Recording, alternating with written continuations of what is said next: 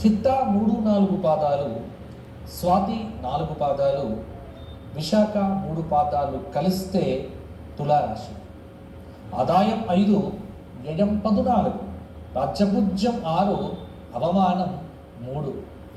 తులారాశి వారికి ఈ పరాభవనామ సంవత్సరము అత్యున్నతమైన ఫలితములను ఇవ్వబోతుంది.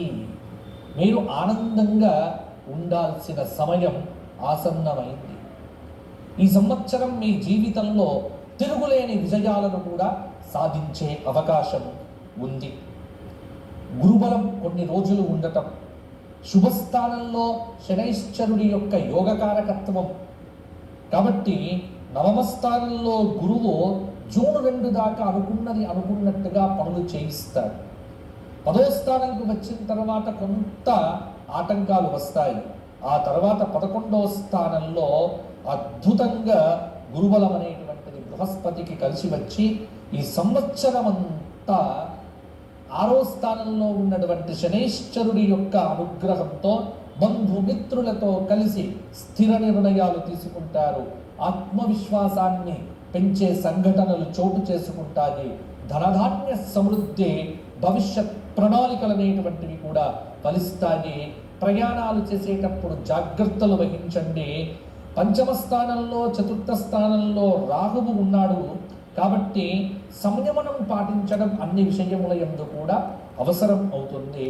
11వ స్థానంలో 10వ స్థానంలో కేతువు యొక్క సంచారము నూతన వస్తు వస్త్ర విజయ ఆభరణాలు కూడా మీకు దక్కుతాయి. విందు వినోదాది కార్యక్రమాల్లో పాల్గొంటారు. ముఖ్యంగా భాగ్యస్థానంలో ఉండడం చేత తలచిన పనులు గురువు అనుగ్రహంతో విజయవంతమవుతాయి. తర్వాత పిల్లల వికాసం మీద దృష్టి కొంత సాధించాల్సినటువంటి సంవత్సరము.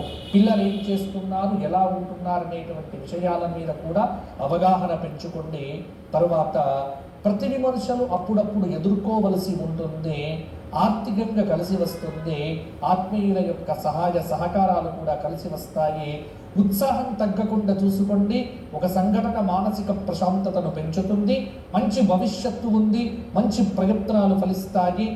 అలాగే కుటుంబ సభ్యుల యొక్క సలహాలు సూచనలు మీ మీద ప్రభావాన్ని చూపిస్తాయి. రాజకీయ నాయకులకు మంచి అవకాశాలు కలిసి వస్తాయి. వెరసి స్త్రీలకు అందరికీ కూడా ఈ సంవత్సరం అనుకూలతలు ఎక్కువ, ప్రతికూలతలు తక్కువ.